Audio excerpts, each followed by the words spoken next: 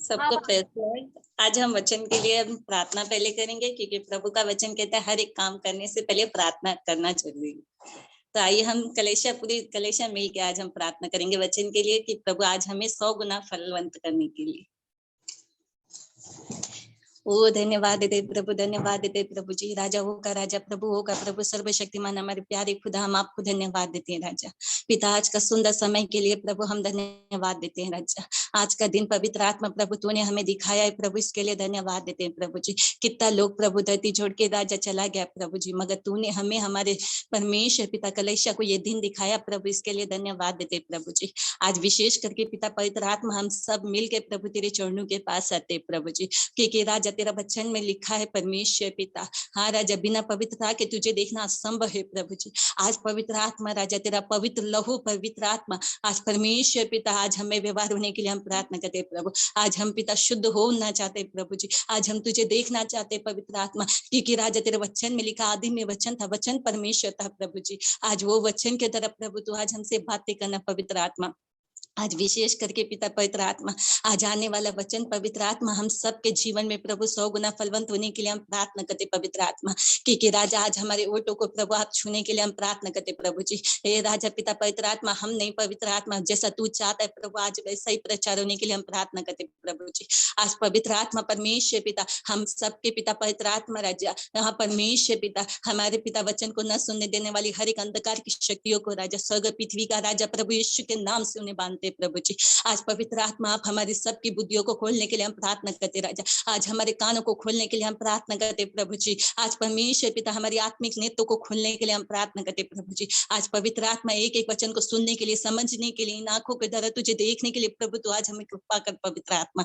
आज परमेश्वर पिता हम सब प्रभु तेरी आत्मा से भरने पाए पवित्र आत्मा, कि हम परमेश्वर पिता एक आत्मिक योद्धा बनने पाए प्रभु यीशु राजा। तू आज हम पर दया कर, कृपा कर यीशु के नाम में प्रभु, क्योंकि तू कहता है जहां 2 या 3 जमा होते वहां तेरी उपस्थिति होती राजा। हम 1 और 2 से भी अधिक है प्रभु जी। आप हम सबको आज आशीष करके देना यीशु तेरी महिमा के लिए प्रभु जी, क्योंकि तू कहता है राजा अगर तुम मुझ में और मेरा वचन तुम में बना रहे तुम 100 गुना फल लाओगे प्रभु जी। आज हम भी फलवंत होना चाहते हैं प्रभु, आज हम पर भी तू दया कर, कृपा कर यीशु, केवल तेरा नाम का महिमा के लिए। इससे क्या धन्यवाद देते, सारा आदर महिमा आपको देते, प्रार्थना छोटी सी यीशु के नाम में मांग संस्कार के स्वर्गीय पिता, आमीन।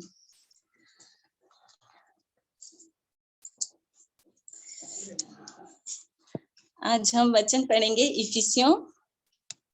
इफिसियों 6 अध्याय का 10वां वचन।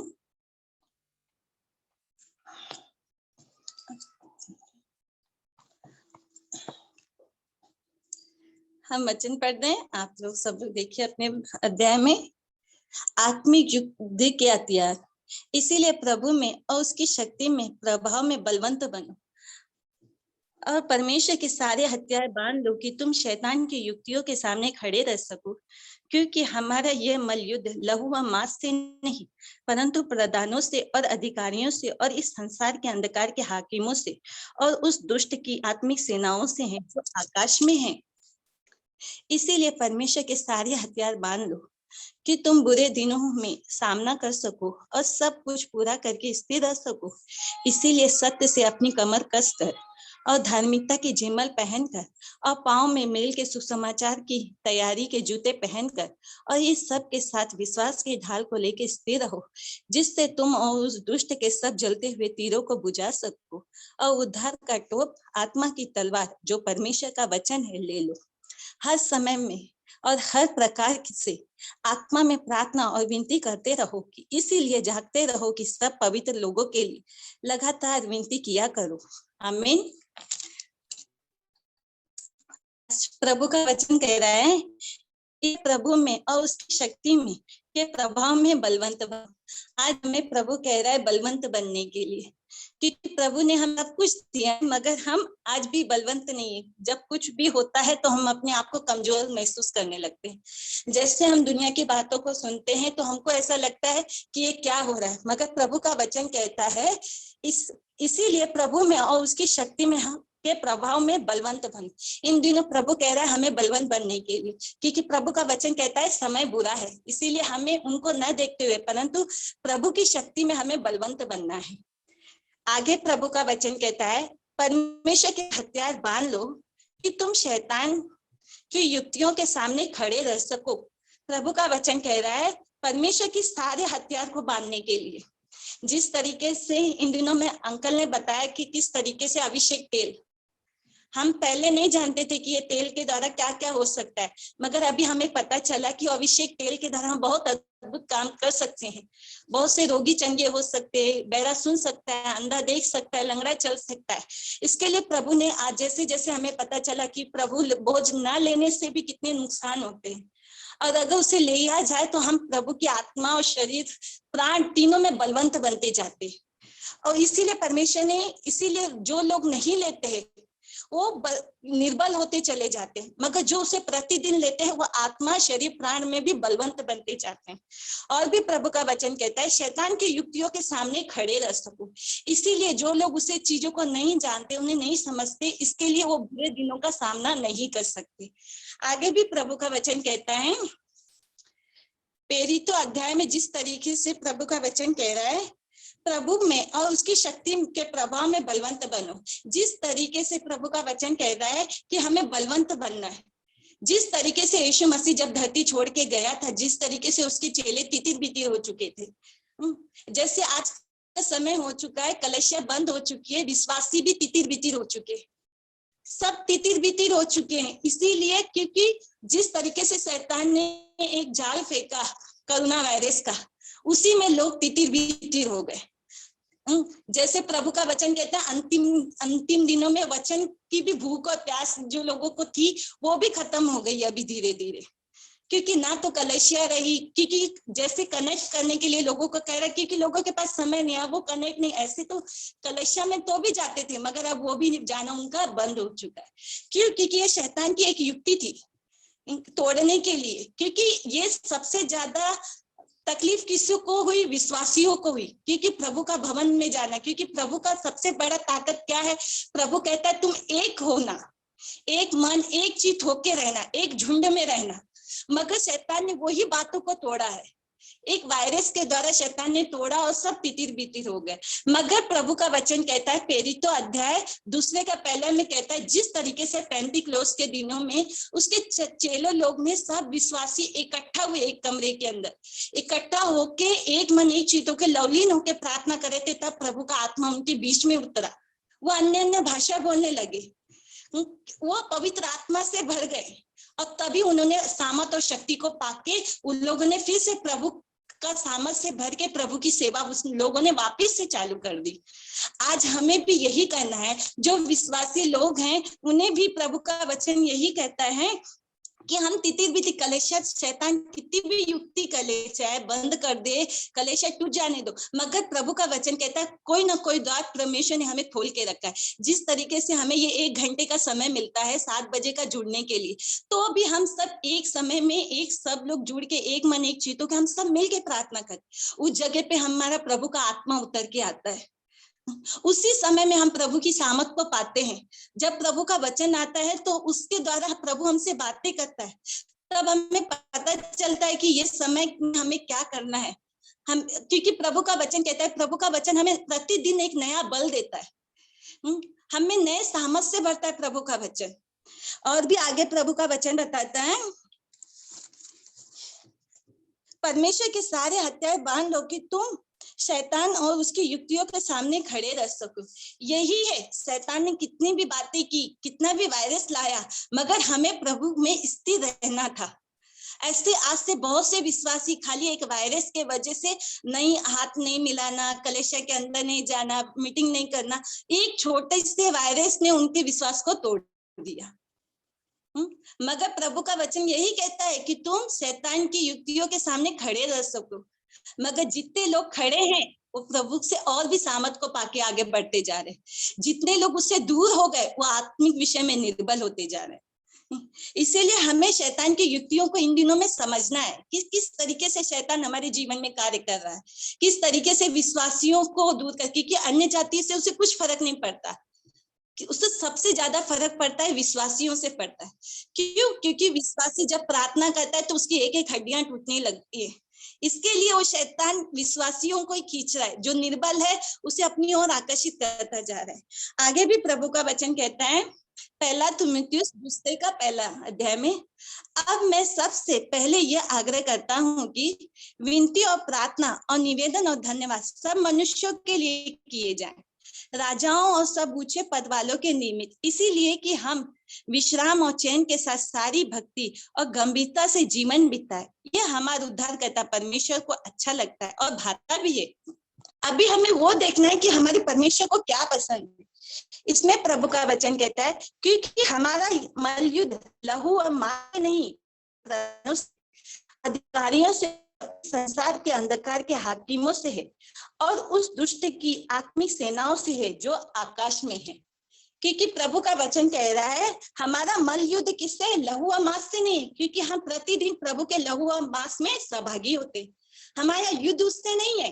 प्रभु क्या कह रहा है, हमारा युद्ध किससे? प्रधानों से और अधिकारियों से और इस संसार के अंधकार के हाकिमों से और उस दुष्ट की आत्मिक सेनाओं से है जो आकाश में रहता है। इसमें प्रभु का यह वचन बताता है, जैसे पहला तीमुथियुस में प्रभु का वचन है, अब मैं सबसे पहले यह आग्रह करता हूं कि तुम विनती और प्रार्थना और निवेदन और धन्यवाद सब मनुष्यों के लिए किए जाए। प्रभु ने ये नहीं कहा क्या कि मलयुद्ध लहू और मांस के लिए, परंतु प्रभु का वचन क्या कह रहा है, तुम प्रधानों, अधिकारियों और हम इस संसार के अंधकार के हाकिमों से और दुष्ट की आत्मिक सेनाओं से और जो अंधकार में, प्रभु इनके लिए हमको प्रार्थना करने के लिए कह रहा है। क्यों? क्योंकि हम जिस संसार में रहते हैं उससे बचने के लिए प्रभु से हमें विनती करना है कि प्रभु इन लोगों से आप हमें बचा के रखो, क्योंकि यही चीजें हैं जो हमें पीछे घिसती हैं। ये संसार की ही बातें हैं, यही लोग हमें पीछे घिसते। आगे भी प्रभु का वचन कहता है, विनती और प्रार्थना, पहला तीमुथियुस में, विनती और प्रार्थना और निवेदन और धन्यवाद सब मनुष्य के लिए किए जाए, राजाओं और सब ऊंचे पद वालों के निमित्त, इसीलिए कि हम विश्राम और चैन के साथ सारी भक्ति और गंभीरता से जीवन बिताए। इसीलिए परमेश्वर कहता है, हमें एक अच्छा जीवन पाने के लिए हमें पहले इनके लिए प्रार्थना करना पड़ेगा। जिस तरीके से आप देखते रोज नया नया कुछ ना कुछ तो कानून निकलता है, किस अन्य जातियों के लिए नहीं निकलेगा मगर मसीहियों के लिए निकलता है, कुछ ना कुछ उनके लिए निकलता है। किस तरीके से शैतान यही चाहता है किस तरीके से इनका हर चीज बंद किया जाए, मगर जिस तरीके से प्रभु कह रहा है, तुम राजाओं और सब ऊंचे पद वालों के निमित्त इसीलिए प्रार्थना करते रहो कि विश्राम और चैन के साथ तुम सारी भक्ति और गंभीरता से जीवन बिताओ।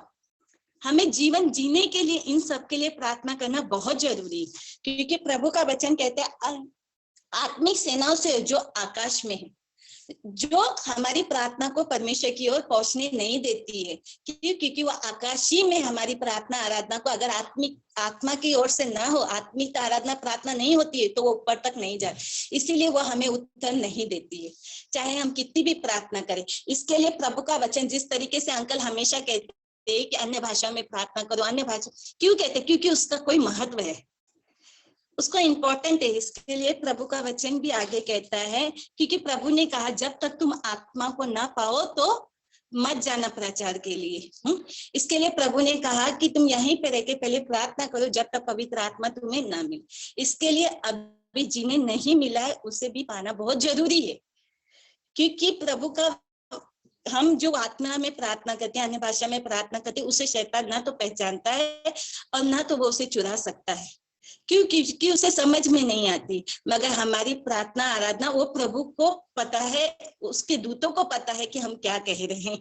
इसीलिए अंकल जो कहते हैं हमेशा कि सबसे पहले अन्य भाषा में प्रार्थना करो 5 मिनट 10 मिनट, इसके लिए हमें भी उसको पाने के लिए वो लालसा करनी। जिन्हें नहीं मिले उसे प्रभु को कहना है कि प्रभु मुझे भी, क्योंकि प्रभु का वचन कहता है कि अगर धरती पे रहने वाले पिता से अगर उसका बेटा रोटी मांगे तो पत्थर ना देगा, मच्छी मांगे तो सांप ना देगा, अंडा मांगे तो बिच्छू ना देगा, तो पवित्र आत्मा क्यों ना देगा मांगने वालों को। तो इस दिनों में हमें प्रभु को कहना है, प्रभु अपनी आत्मा से हमें भर, हमारे मुंह को भर प्रभु, क्योंकि हमारे अंदर से भी वो बातें निकलनी चाहिए प्रभु जी। क्योंकि हम जो प्रार्थना करते हैं, क्योंकि शैतान बहुत ही अभी इस वक्त बहुत ही वो वैसा है कि हमारी प्रार्थना कुछ भी करके नहीं पहुंचने देता है। इसके लिए हमें ऐसी आत्मा में प्रार्थना करनी कि कुछ भी हो कि प्रभु का कार्य होना ही होना है, उसके लिए हमें क्या करना है, एक प्रभु का आग से भरा हुआ प्रार्थना होनी चाहिए। इसीलिए इन दिनों में हमें विशेष करके प्रभु का वचन इसीलिए कहता है, आत्मिक युद्ध, हमारा आत्मिक युद्ध के हथियार को तुम बांध लो। आगे भी प्रभु का वचन कहता है, इसीलिए परमेश्वर के सारे हथियार बांध लो कि तुम बुरे दिनों का सामना कर सको और सब कुछ पूरा करके स्थिर भी रह सको। इफिसियों में प्रभु का वचन कहता है, इसीलिए परमेश्वर के सारे हथियार बांध लो। हमें परमेश्वर ने बहुत से हथियार दिए, क्योंकि प्रभु का वचन भी कहता है, तुम जो धरती पे बांधोगे वो स्वर्ग में बंधेगा, जो तुम पृथ्वी खोलोगे वो स्वर्ग में भी खुलेगा। इसीलिए हमको क्या किया है, प्रभु ने सारे हथियार दिए, परंतु हमें क्या करना है, उनको लेके स्थिर रहना है, उनको स्थिर रहना है। मगर ये नहीं कि हमें ले लिया हम चुपचाप उसे बैठना है, नहीं, परंतु प्रभु ने क्या कहा है, उसे इस्तेमाल करना है। जिस तरीके से हमारे प्रभु ने भी अपने सारा, जिससे उसे जो कुछ मिला था प्रभु अपने पिता की ओर से, उसने सब कुछ पूरा किया, मगर अकेले किया नहीं, उस सामर्थ के द्वारा उसने सब कुछ काम को पूरा किया। इन दिनों प्रभु भी जब गया तो प्रभु भी हमारे लिए खाली होके गया, उसने अपना सब कुछ जो था उसके पास, उसने हमें सब कुछ दे गया। तो हमें क्या करना है, जो हमें उसने दे गया हमको उसको इस्तेमाल करना है। वो प्रभु का वचन कहता है, जो तुम्हें फ्री में मिला है उसे फ्री में दो, जो हमें मिला हमें उसको बांटना है, हमें उसको दूसरों को भी देना है इन दिनों। क्योंकि तभी हम क्या कह रहे हैं, प्रभु का वचन, तुम बुरे दिनों का सामना कर सको और सब कुछ पूरा करके स्थिर भी रह सको। हमें स्थिर रहने के लिए पहली बात तो क्या करना है, हमें उसके हथियार को बांधना पड़ेगा। आज जो जो विश्वासी कलीसिया में नहीं आ रहे, क्या कारण नहीं आ रहा है, क्योंकि उन्होंने हथियार को बांधा ही नहीं। कलेशिया में आए, आराधना किया, प्रार्थना किया, मगर जो उसका हथियार था, मेन तो उसका वचन था, जो उन्होंने अपने हृदय में रखा ही नहीं। इसके लिए प्रभु का वचन भी कहता है कि प्रभु का वचन अपने हृदय में अधिकार से बसने दो। इन दिनों में प्रभु का वचन विशेष करके, अगर हमारे जीवन में वचन रहेगा तो हम स्थिर रहेंगे, अगर वचन नहीं है तो स्थिर नहीं रहेंगे। ऐसे ही मैं एक उदाहरण बताती हूँ। मैं गांव से जब बॉम्बे में आई, अभी मेरे शादी के बाद मैं एक चर्च में गई, तो वो चर्च के अंदर घुसने से पहले वाला स्त्री था, उसने मुझे कहा, चर्च के अंदर घुसने से पहले मुझसे कहा, उसने टिकली निकालो, ऐसा नहीं करना चाहिए था, ये नहीं कहना चाहिए था, मुझे कहा टिकली निकाल दो, बाहर जाने के बाद लगा लेना। तो अगर मैं वचन नहीं जानती, उन्हें कुछ नहीं, मैं तो जानती कहा, ऐसा बाइबल के आगे से लेके पीछे तक आपने पढ़ा? उन्होंने कहा हमने पढ़ा। तो मैंने कहा क्या बाइबल में कहीं ऐसा लिखा है? उन्होंने कहा नहीं लिखा है। तो उन्होंने बोला मगर कलीसिया में अच्छा नहीं लगता। मैंने बोला दूसरों को अच्छा लगे या ना लगे, प्रभु का वचन ये नहीं कहता। प्रभु का वचन कहता है उससे डरो जो आत्मा को नाश करता है, मनुष्य से डर के क्या फायदा। मैंने कहा आपने क्या कहा, मुझे यहाँ पे निकाल दो, बाहर जाके लगा लेना। मैंने कहा बाहर के ये लोग मुझे नहीं मिलेंगे। मैंने कहा बाहर का रूप अलग, अंदर का रूप अलग, चर्च का रूप अलग। मैंने कहा मुझे ऐसा जिंदगी नहीं चाहिए। मैं वो चर्च में नहीं गई अभी तो वो चर्च में मैं गई नहीं, मैं क्योंकि मुझे अच्छा नहीं लगा, क्योंकि मैंने कहा आप लोग ऐसा दोहरा जीवन, पहली बात तो आने वाले लोगों को शिक्षा तुम गलत देते हो, पहले से निकाल दो, ऐसा प्रभु ने नहीं कहा। हमने कहा प्रभु ने क्या कहा, जो हम खाते हैं वो बुरा नहीं है, परंतु जो हमारे अंदर से निकलता है वो बुरा है। हमने कहा आपका बोलने का तरीका, हम लगाने से किसी को बुरा नहीं कह सकते, मगर जो हमारे अंदर से निकलता है उसी से हम दूसरों को ठोकर का कारण बनते। आगे भी प्रभु का वचन कहता है, इसीलिए सत्य से अपनी कमर कसकर और धार्मिकता की झिमल को पहन लो। प्रभु का वचन कहता है सत्य से अपनी कमर कसकर। सत्य क्या है? क्योंकि प्रभु का वचन कहता है सत्य तुम जानोगे, सत्य तुम्हें स्वतंत्र करेगा। तो सत्य क्या है? सत्य है यीशु मसीह, उसका वचन ही है सत्य जो हमारे पास पहुंचा है। जो आज वो वचन हमें मिला तभी हमारी आंखें खुली कि सत्य क्या है। नहीं तो हम भी अंधकार की तरह ही थे, संसार के लोगों की तरह ही थे, जो पत्ते उसको उठा के सिर उसके नीचे डाल के पाँव पड़ना चालू कर देते थे। यही हमारे भी जीवन था। आज जो अन्य जाति करती वही हम भी करते थे, मगर वो सत्य का आत्मा हम पे प्रकट हुआ, वो सत्य की ज्योति हम पे चमकी, तभी हमारी बंद आंखों को परमेश्वर ने खोला। जिस तरीके से प्रभु का वचन कहते हैं जक्कई की आंखों को परमेश्वर ने खोला, बर्तिमई की आंखों को परमेश्वर ने खोला, क्योंकि बर्तिमई अंधा था। जब बर्तिमई ने कहा हे दाऊद की संतान तू मुझ पर दया कर, जब प्रभु की दया हुई तो उसने सबसे पहले आंख खुली तो उसने किसको देखा? प्रभु को देखा। वो महान है, वो धन्य है, क्योंकि उसने उसकी कभी उसने देखा ही नहीं था। जो कुछ देखा प्रभु को देखा उसने। हम सारी दुनिया को देख के आते तब प्रभु को देखते। मगर वो महान है, इसके लिए प्रभु का कहता है, इसीलिए सत्य से अपनी कमर को कस के, हमें प्रभु का वचन मिला है, इससे हमें क्या करना है, अपनी कमर को कस के रखना है। संसार की बातों में घूमना नहीं है, क्योंकि हमने प्रभु को जान लिया, प्रभु के वचन को जान लिया। इसके लिए हमें वो वचन को पकड़ के रहना चाहिए। मैं बहुत सी, अभी जैसा मेरा अन्य जाति विश्वासी में शादी हुआ, मगर जैसे जैसे लोगों में घूमता है तो बहुत से अन्य जाति की जैसे बात करने के लिए कहा जाता है। मगर मुझे यही है कि सत्य को मैंने पहचाना है।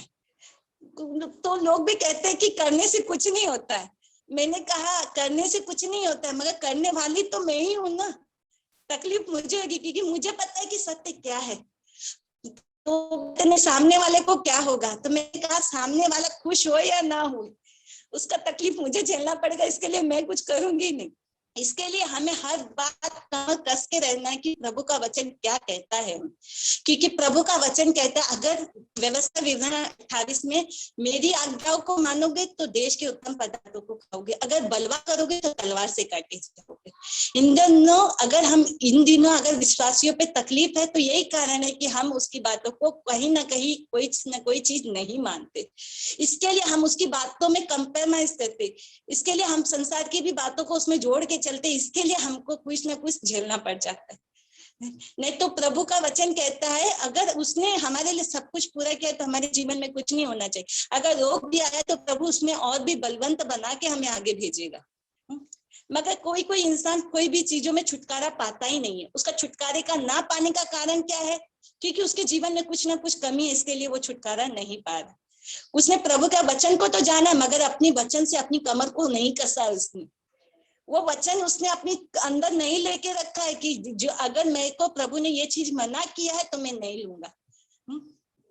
जिस तरीके से आगे भी प्रभु का वचन कहता है, और धार्मिकता की जिम्मल को पहनकर, हमें वो जिम्मल मिली है जो हमें उद्धार का वस्त्र मिला है, उसे प्रभु कह रहा है तुम पहन लो।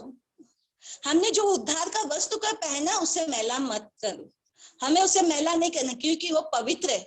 उसके लिए हमारे यीशु मसीह ने लहू को बहाया है। उसका वस्त्र फटा कि हम वस्त्र को पहन सके। उसका वस्त्र इसीलिए फटा था कि हम वस्त्र को आज पहन सके। उसे नंगा किया गया कि हम अपने बदन को ढाक सके। तो उसका दिया हुआ वस्त्र को दाग न लगने देना चाहिए। हम विश्वासी लोग बहुत सी बातों में, प्रभु की हर एक बातों में कहीं ना कहीं गिर जाते हैं, मगर प्रभु का वचन कहता है हम अगर एक भी गलती अगर प्रभु में रह के करते तो हम उसे बार बार क्रूस पे चढ़ाते। हमें एक अगर सुई का नोक भी लगता है तो हमें बहुत तकलीफ होती है, तो हम उसे बार बार क्रूस पे चढ़ाते तो हमारे प्रभु को भी कितनी तकलीफ होगी। तो क्या वो हमसे उसका बदला उसका पिता न लेगा? जरूर लेगा। क्यों?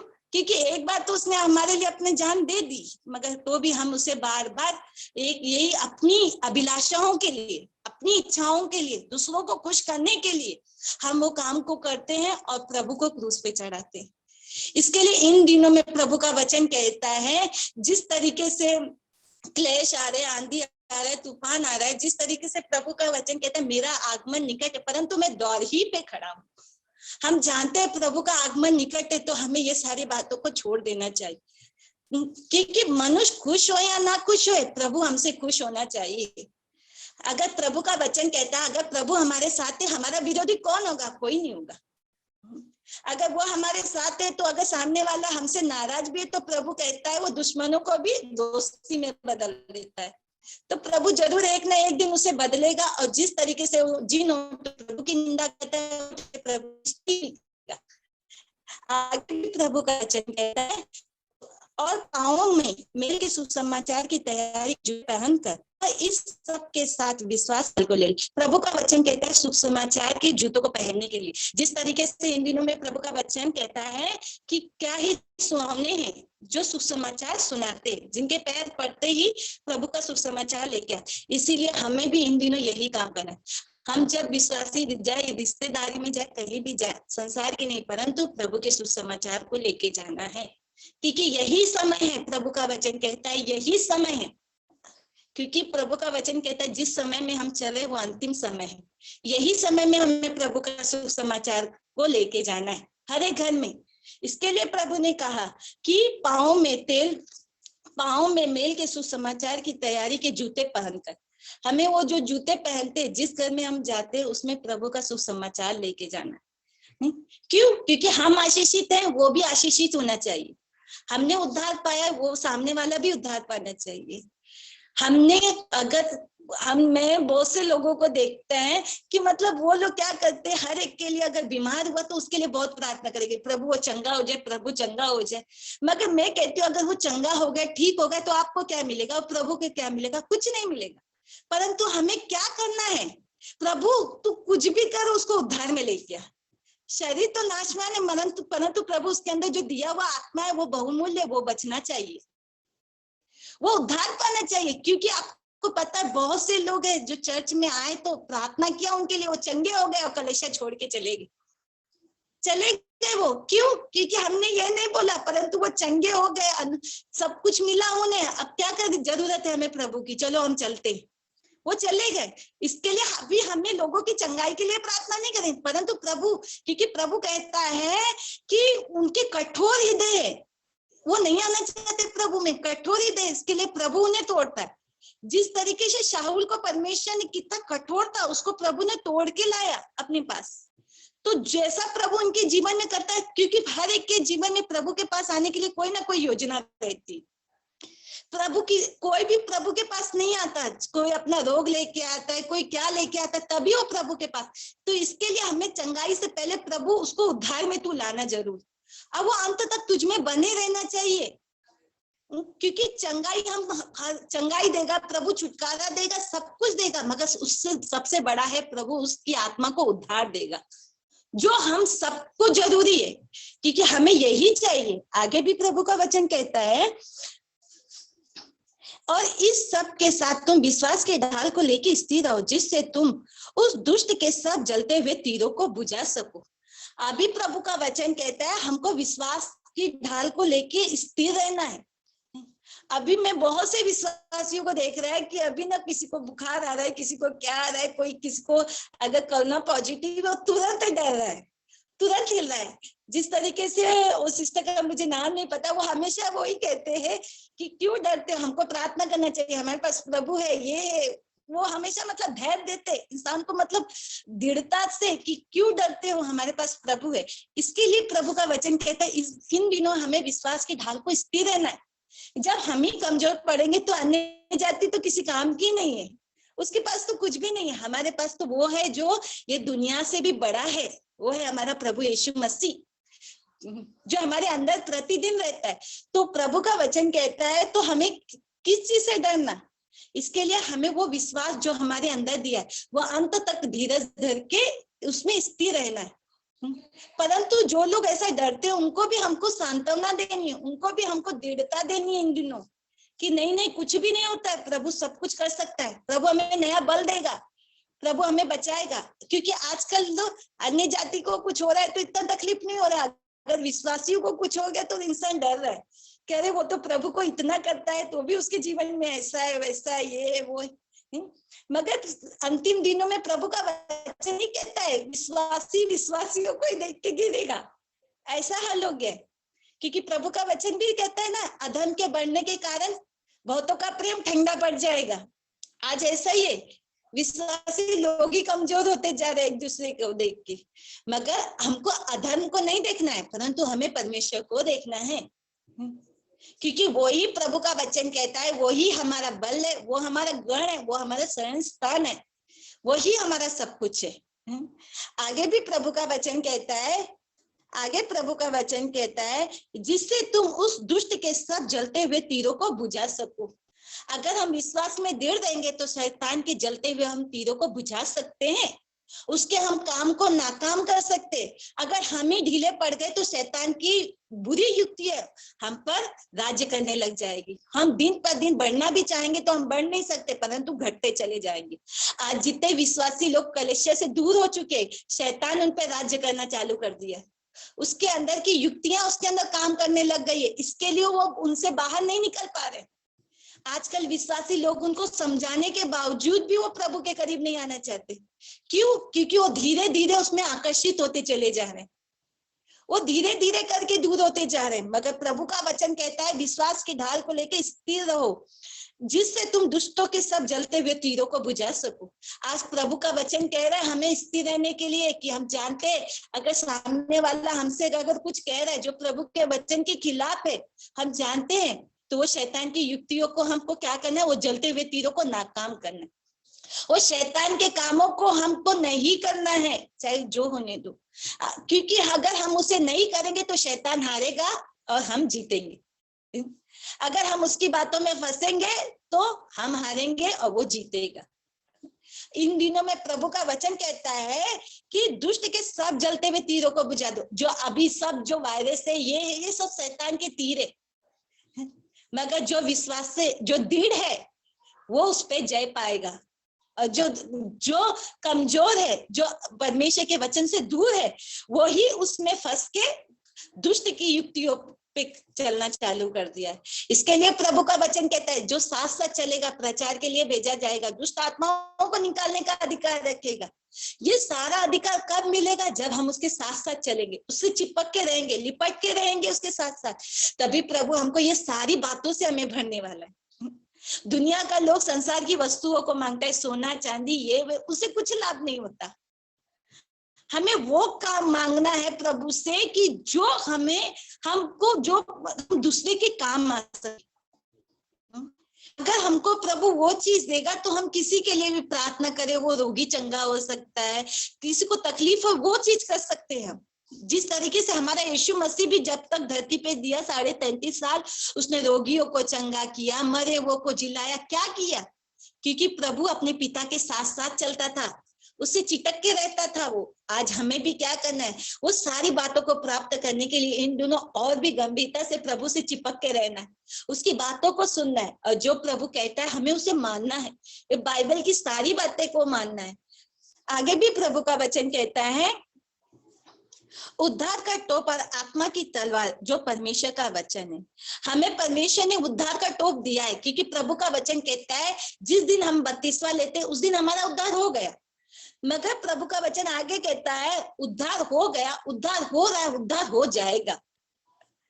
तीन बातें, उद्धार हो गया हमारा, जिस दिन हमने बपतिस्मा लिया उस दिन हमारे को पापों से छुटकारा मिल गया। अभी हमारा उद्धार हो रहा है। क्यों हो रहा है? क्योंकि हम प्रभु में चल रहे हैं ना। अगर हम गलती करते हैं तो उस जगह से रुक जाते हैं, मगर हम प्रभु में दिन पर दिन बढ़ते जा रहे हैं तो हमारा उद्धार होता चला जा रहा है। हम दिन पर दिन प्रभु में बढ़ते जा रहे हैं और उद्धार हो जाएगा। कब हो जाएगा? जब यीशु मसीह धरती पे आ जाएगा, हमारा उद्धार हो जाएगा। क्यों? क्योंकि हम उसके संग चले जाएंगे, फिर हमें कुछ भी लेखा नहीं देना है उससे। क्यों? क्योंकि वो हमें लेने आया है। हमारा उद्धार हो जाएगा। अभी जिस परिस्थिति में हम चल रहे उस समय में हमारा उद्धार हो रहा है। प्रतिदिन हम नए बन रहे। कब बनेंगे? जब हम प्रभु के साथ साथ चलेंगे, तभी हम नए बनेंगे। नहीं तो अगर प्रभु से दूर रहेंगे तो वो पुराना बात हमारे जीवन से नहीं जाएगा। क्योंकि प्रभु का वचन कहता है पुरानी बातें बीत गई, सब कुछ नया हुआ। इसके लिए अगर हम प्रभु में हैं तो नया बन के जीना है हमें, पुरानी बातों को नहीं। मुझे बहुत से लोग बहुत कुछ कहते हैं कि ये नहीं करता, वो नहीं करता। मैंने कहा मैंने ना किया है ना करूंगी, चाहे जो हो जाए। बुराई कहेंगे कुछ समय तक और क्या कहेंगे, वो चलता है। मगर मेरा प्रभु को भाता हुआ होना चाहिए, जो होए उसको पसंद होना चाहिए। आगे भी प्रभु का वचन कहता है आत्मा की तलवार। आत्मा की तलवार हमारे जीवन में क्या है? ये है अन्य भाषा। आत्मा की तलवार, जब हम अन्य भाषा में प्रार्थना करते हैं वो शैतान से हमारा लड़ने का समय होता है। वो हमारे पास तलवार दिया है प्रभु ने। जब हम आत्मा अन्य भाषा में लड़ते हैं तो उसको शैतान को समझ में नहीं आता, वो अपने सिर को खुजलाता है कि लोग क्या बोल रहे हैं, मुझे कुछ समझ में नहीं आता। वो आत्मा की तलवार है। जब हम विश्वासी लोग जब अन्य भाषा में बोलना चालू करते तो हम तलवार चलाना चालू करते, तलवार चलाना चालू करते। इसके लिए शैतान खड़ा तो रहता है मगर उसे कुछ समझ में नहीं आता। और जब अगर कोई विश्वासी अगर साधारण प्रार्थना करता है तो शैतान, वो तलवार नहीं चलती उधर पे, वो शैतान कहाँ ले जाता है उसे कुछ नहीं पता चलता है। इसके लिए जल्दी उनका प्रार्थना का उत्तर नहीं मिल पाता है। इसीलिए कलीसिया को कहा जाता है कि अभिषेक करो, अभिषेक प्रार्थना करो, अन्य भाषा में प्रार्थना करो। क्यों? क्योंकि वो शैतान की हड्डियों को तोड़ता है। आगे भी प्रभु का वचन कहता है, परमेश्वर के वचन जो है, परमेश्वर का वचन, इन दिनों हमें प्रभु का वचन से भरना है और आगे भी आत्मिक विषय में बढ़ना है, क्योंकि इन दिनों प्रभु का वचन हमें लेके चलना। आगे भी प्रभु का वचन कहता है, हर समय और हर पल प्रकाश से आत्मा में प्रार्थना और विनती करते रहो, इसीलिए जागते रहो और सब पवित्र लोगों के लिए लगातार विनती किया करो। जिस तरीके से हमने नाइट में प्रार्थना करते, चेन प्रेयर हमारा जिसे कहते, हम भी जागते हुए प्रार्थना सब करते उस दिन। महीने में एक बार हमने भी जागते हुए प्रार्थना रखी कि कोई सोता नहीं है, अगर जो कोई सोता है तो कोई ना कोई तो एक ना एक तो पूरी कलीसिया के लिए प्रार्थना करता है। ये समय प्रभु ने दिया है, ये बहुत बहुमूल्य है, क्योंकि हमको परमेश्वर ने एक काम तो दिया है। हम दुनिया के हर काम करते हैं, मगर प्रभु के लिए कुछ काम अभी इस समय पे हमें प्रचार भी नहीं कर सकते, कुछ भी नहीं कर सकते, तो कम से कम हम घर पे बैठ के लिए हम प्रार्थना तो कर सकते हैं। इसके लिए ये वचन के द्वारा प्रभु आप सबको आशीष करे और हर एक के जीवन में प्रभु 100 गुना फल लेके आए। हम सबको प्रेज लॉर्ड।